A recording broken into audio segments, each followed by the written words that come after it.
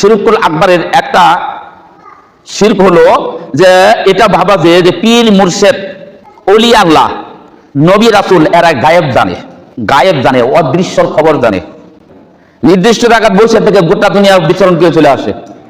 আপনি এই জায়গাতে আছেন কিন্তু আপনার যে পীর সাহেব নাই, কতক্ষণ পরে দেখেন আপনার পাশেই এক বাউলে ওয়াজ করতেছে, আজান দিলেই মানুষ মসজিদের ভিতরে ঢুকে। এক পাগল আজান শোনার সাথে সাথে মুসল্লিরা যায় মসজিদের ভিতরে, পাগল যায় তার ঘরের মধ্যে। আল্লাহর এক পাগল এই আজান দিলেই আজান দেওয়ার পরে ঘরের মধ্যে যে ঘরের দরজাতে এরকম করে। তো অবশেষ এক ভক্ত পাগল কি করে আজান দিলে ঘরের মধ্যে যায় যে দরজাটা দিয়ে দেয়, এই কারণটা কি এটা দেখুন আজকে। তো পাগলটা তুই শুইল আর উপর দিয়ে এই উন্নাটারে দিয়ে নিজের শরীরটা ঢেকে রাখলো। হঠাৎ করে দেখে শুধু কাপড়টা বইরে রয়েছে, এখানে কোনো মানুষ নাই। পাগল গেল কই? হঠাৎ করে পাগল ওই ঘরের দরজা খুলে দিয়ে আয়সা কে কিরে পাগলা, পাগলের নামাজ দেখতে যে তোর নিজের নামাজ তো কাদা করলি। কি ব্যাপার আপনি আসিলেন কোন? পাগল বলে বেটা যখনই আজান দিছে, আজান দেওয়ার সাথে সাথে আমি সেই মদিনা মনোরায় সেখানে যে নবী করিম সাল্লাল্লাহু আলাইহি ওয়াসাল্লামের সাথে আমার সালাত আদায় করে আমি আবার সম্পূর্ণ আমার ঘরে ফিরে আসি। দেখছেন কেরামত দেখেন, এই পাগলের কিচ্ছা বইলে বইলে মানুষকে কিভাবে পথভ্রষ্ট করে। এই লোকটা নাই, হ্যাঁ কি জিন নাকি? আরে ভাই জিন সব জিন সে যাইতে পারে, মিলাইতে পারে। চিন্তা করছেন পাগলের দরজা খোলা লাগলো না, এক চোটে গেল মদিনায়। এই মিয়া আমরা কি মেধা বুদ্ধি নাই? এই বাউলে যে হাজার হাজার লক্ষ লক্ষ মানুষকে কুফুরির দিকে নিয়ে যাচ্ছে। আল্লাহ রাসূল সাল্লাল্লাহু আলাইহি সাল্লাম নিজের জন্মভূমি ছেড়ে যখন মদিনায় হিজরত করেন, পিছন দিকে আল্লাহ রাসূল বারবার ফিরে তাকাতেন আর বলতেন, হাই মক্কা, মক্কার মানুষের আমার থাকতে দিল না, হাই রে মক্কা। এই যে একটা আর্থনা, তার মনের ভিতরে যে একটা বেদনা, যে দুঃখ তিনি প্রকাশ করতে শুরু করলেন। আল্লাহ রাসূল আফসোস করতে করতে মদিনায় চলে গেলেন। ও আল্লাহ রাসূল যে একদিনের জন্য ওই পাগলের মধ্যে টপ করে এসে মক্কা থেকে নামাজ পড়ে যেতে পারলো না। বুঝেন না এই কথাটা? নবী পারে না, আরে পাগলই পারে। পারলে তো নবী পারতো আগে।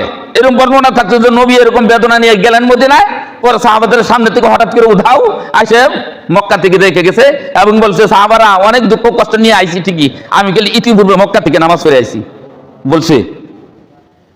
দেখেন মানুষকে কিভাবে ধ্বংস করে, ইমান ধ্বংস করে। বাউলের ওয়াজ আবার এই পীরের এই ওয়াজই করতেছে। ইমাম জালালউদ্দিন সুয়ুতী শেষ বয়সে কিছু আসরারি কথা, গোপন কথা প্রকাশ করে দিয়েছেন। পরে একটা মানুষের মধ্যে হইচই হয়ে গেছে, পরে তিনি আর ঘর থেকে বের হইতেন না। ওনার খাদেম উনি ডেকে বললেন, এই আজকে আমি হারাম শরীফের মধ্যে যাব, যাই সেখানে আসরের নামাজ পড়ব।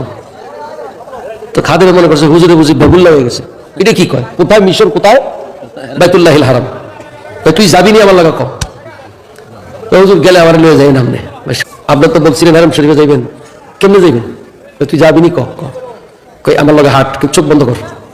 এই কয়েক কদম হাঁটছে, চোখ খুলে দেখে যে আল্লাহর ঘর বাইতুল্লাহর সামনে হাজির হয়ে গেছে। চোখ আমার ওফাতের আগ পর্যন্ত এই কথা কাউরে কবি না। বললো যে চলো মিশরে যাইয়া বাকি নামাজ আদায় করবো, ওই নামাজ। এবার তো তার একই আসছে, ঠিক আছে চক্ষু বন্ধ করো। এবার আবার চক্ষু বন্ধ করছে, কয়েক কদম হাঁটতেছে, হাঁটার পর দেখা যায় সেই মিশরের ওনার ঘরের মধ্যে চলে আসছে। চরমনাইয়ের পীরের পীর, ওই পীর ওয়াজ করতেছে। তার বাপ যে পীর ছিল, ওই পীরের যে মুরিদ ছিল চরমনাইয়ের বাপ, বর্তমানে চরমনাইয়ের দাদা, এ ছিল হ্যাঁ বাপের পীর। দুইজনে এক জায়গায় বসে রয়েছে, হঠাৎ করে জিকির করতেছে আল্লাহ আল্লাহ। এখন ইসাক সাহেব মানে চরমনাইয়ের পীর চোখ মিলে দেখে তার পীর সাহেব নাই। আরে কই গেল, খুব টেনশনে পড়ে গেল, দৌড়াদৌড়ি করে এদিক সেদিক দৌড় পারলো, নাই, কোথাও নাই। আবার এসে তিনি আল্লাহ আল্লাহ জিকির করতেছে, চোখ মিলে দেখে হুজুর এনে উপস্থিত তার সামনে। জিজ্ঞাসা করছে, কি ব্যাপার হুজুর, আপনি কোথায় ছিলেন? বলে, আরে আমি তো আরো সময় আল্লাহ আল্লাহর সাথে দেখা করে পরে আইলাম। চরমনাইয়ের ইসাক সাহেব রাহমাতুল্লাহ আলাইহি ওনার পীরকে নিয়ে কারি সাহেব হুজুর রাহমাতুল্লাহ আলাইহি একসাথে জিকির করতে বসছে। কারি সাহেব হুজুর রাহমাতুল্লাহ আলাইহি শুরু করছে আল্লাহ। চরমনাইয়ের ইসাক সাহেব রাহমাতুল্লাহ আলাইহি চোখ খুলে দেখে কারি সাহেব হুজুর নাই। মনে করছে আমার ফিসাব তো কতক্ষণ ফানির রুফি দিয়ে দৌড়ে দেখি কোথাও জিকির আবার শোনা যায় নাকি, যায় দেখে নাই কোথাও। আবার চরমনাইয়ের ইসাক সাহেব শুরু করছে আল্লাহ, জিকির চলতেছে। 1 ঘন্টা পরে ইসাক সাহেব চোখ খুলে দেখে আর ঈশা হুজুর ওনার সাথেই আছে। হুজুর ও একটু কথা বলতেছে, আল্লাহ আল্লাহ জিকির করার পরে আপনাকে আর দেখলাম না, কোথায় গেলেন? কয় ননু ঈশা, আমি যখন আল্লাহ আল্লাহ বলি আমি হঠাৎ নজর করে দেখি, আমি বলতে পারতাম না, আমি দেখি আমি চতুর্থ আসমানে। পরে আল্লাহ বলে, ইব্রাহিম তোর জায়গা চতুর্থ আসমানে নয়, তোর জায়গা হইল আমি মালিকের আরশ। দুজন আরশের মধ্যে মোলাকাত করে তারপরে আইসা বসলাম। তাহলে এই পাগলের ওয়াজ, বাউলের ওয়াজ আর এই চরমানের পীরের ফিরের ওয়াজ এক হইল কিনা বলেন? একই হইল। আস্তাগফিরুল্লাহ। এই যদি পারতো রাসূলুল্লাহ সাল্লাল্লাহু আলাইহি সাল্লাম উহুদ ময়দানে যুদ্ধ করতে যেয়ে মার খাইলো, তাহলে আল্লাহ রাসূল কি ওইখান থেকে গায়েব হয়ে আসতে পারলো না? ঠিক না? এই লোক হঠাৎ করে গায়েব হয়ে জায়গা আবার চলে আসে। আল্লাহ রাসূল সাল্লাল্লাহু আলাইহি সাল্লামকে তাইফের ময়দানে মারধর করলো, সেখান থেকে তিনি গায়েব হইতে পারলেন না? কিন্তু এদের পীর, এদের পাগল, এরা গায়েব হয়। সুলাইমান আলাইহিস সালামের বাবা, তার নাম কি বলেন তো? দাউদ। একটু জোরে বলতে হবে, তার নাম কি? দাউদ আলাইহিস সালাম। তার বাউন্ডারি একটা গেট করা ছিল, বাউন্ডারি ছিল, একটা গেট ছিল। ওই গেটটা তিনি মেরে তারপরে তিনি বেরোতেন। উনি চিন্তা করছেন কোনো মানুষ যেন অনুমতি ছাড়া ভিতরে প্রবেশ করতে না পারে। তো দাউদ আলাইহিস সালাম হঠাৎ করে দেয়া দেখেন গেট মারা, কোনো কিছু খোলা নাই, ভিতরে দেয় দেখে একটা পুরুষ মানুষ দাঁড়ায় রয়েছে। তখন দাউদ আলাইহিস সালাম কয়, এটা কিভাবে সম্ভব? গেট মারা আপনি ঢুকলেন কিভাবে? তখন এই পুরুষে উত্তর দেয়, পুরুষে কি উত্তর দেয়, হে দাউদ, আল্লাহর নবী শুনেন, আমার জন্য কোনো দরজা লাগে না, গেটে আমাকে ফিরাইতে পারে না, দরজাও ফিরাইতে পারে না, আসমান জমিন কোথাও আমাকে ফিরাইতে পারে না। আমি এমন জিনিস, যদি আপনি কাছের মধ্যেও থাকেন ওখানেও আমি ঢুকি, যেখানেই আপনি থাকুন। একদম আপনি যদি আটলান্টিক মহাসাগরের নিচে জাহাজ দিয়ে ঢুকে যান, ওখানেও আমি ঢুকি। মহাশূন্যের মধ্যে বিমানে যাইতেছেন, ওখানেও আমি ঢুকি।